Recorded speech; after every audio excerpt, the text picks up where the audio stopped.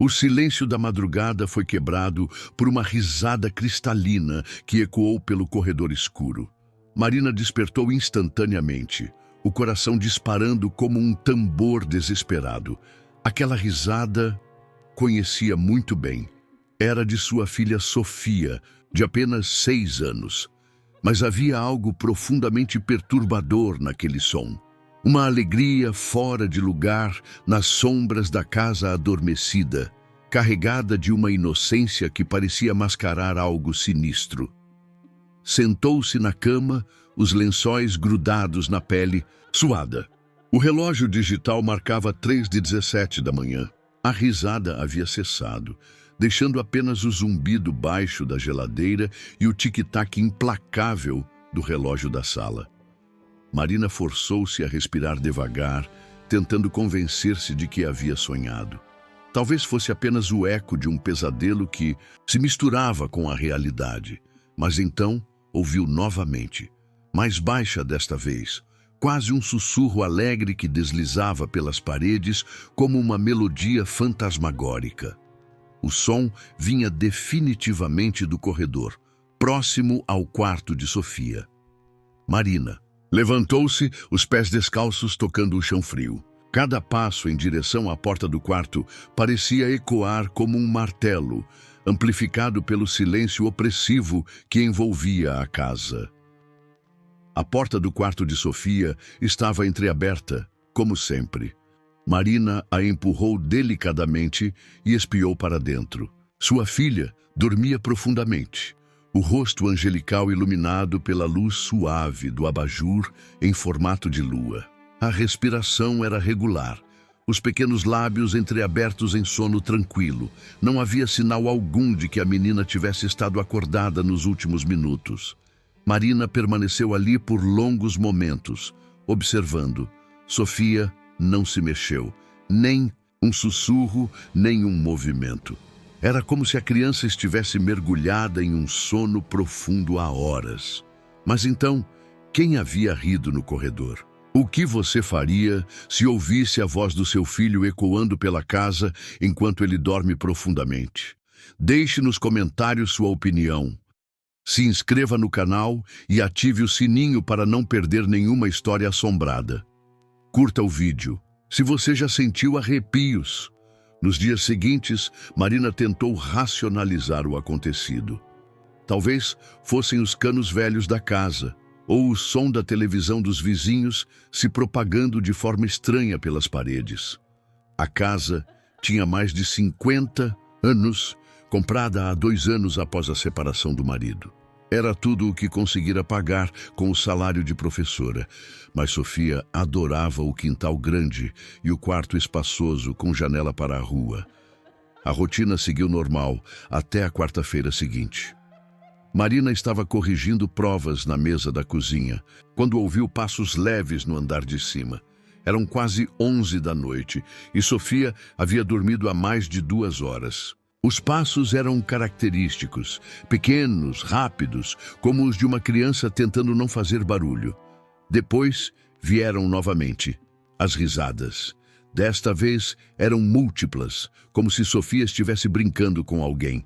Conversas sussurradas se misturavam aos risos, palavras incompreensíveis que pareciam dançar pelo corredor.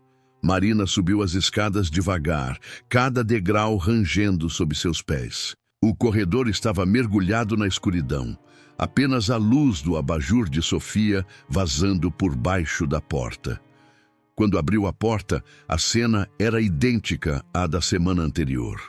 Sofia dormia profundamente, na mesma posição, respirando com a tranquilidade de quem não havia se mexido em horas. Mas agora Marina notou algo que a fez engolir em seco.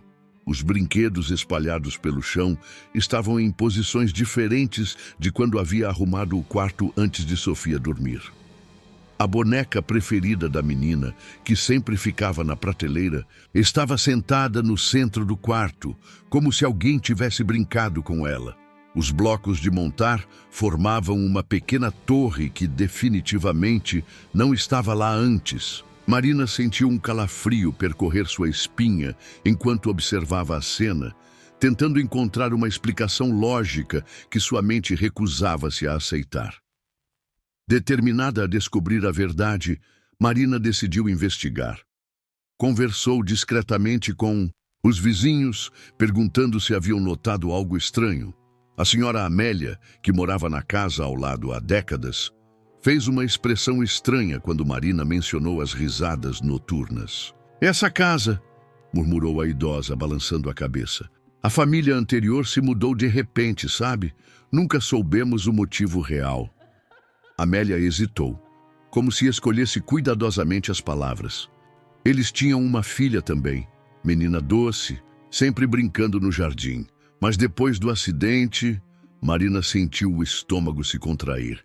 Que acidente! A menina caiu da escada, fraturou o crânio. Ficou semanas no hospital, coitadinha. Quando voltou para casa, os pais diziam que ela havia mudado. Falava sozinha, ria sem motivo, principalmente à noite. Os médicos disseram que eram sequelas do traumatismo, mas Amélia baixou a voz. Eles se mudaram 3 meses depois. Nunca mais os vi. Naquela noite, Marina mal conseguiu dormir. Cada ruído da casa a fazia pular. Cada rangido do madeiramento soava como passos. Por volta das 2 da manhã, levantou-se para beber água e decidiu verificar Sofia mais uma vez. Ao se aproximar do corredor, ouviu novamente a risada familiar, doce e perturbadora, ecoando pelas paredes. Desta vez, Marina não hesitou. Correu até o quarto e acendeu a luz principal abruptamente. Sofia despertou confusa, esfregando os olhos com as pequenas mãos. "Mamãe, por que acendeu a luz?" A voz era sonolenta, genuinamente surpresa. Não havia dúvida.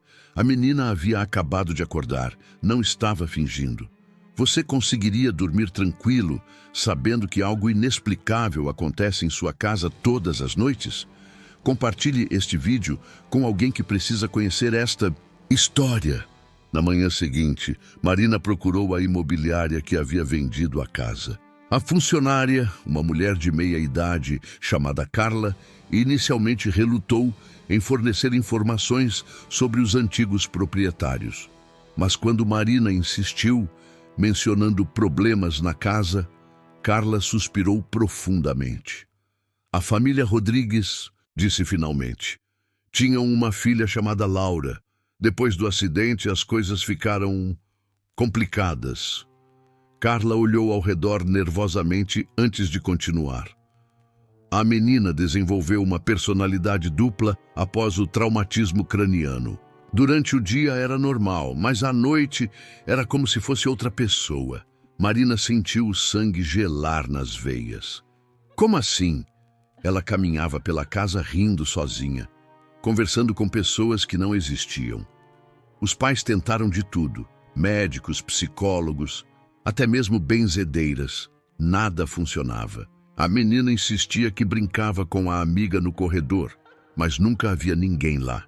Carla pausou, o desconforto evidente em sua expressão.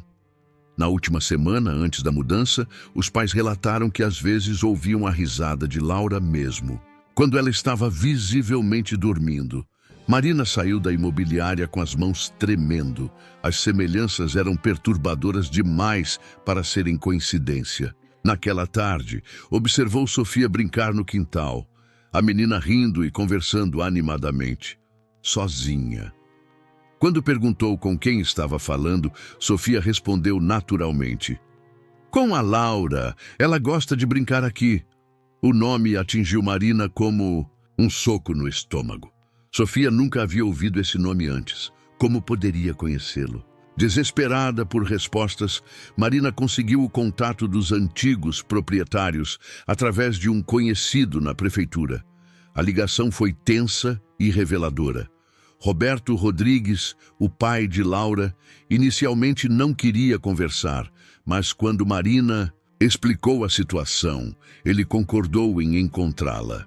"Laura está internada há 2 anos, disse Roberto, a voz carregada de dor.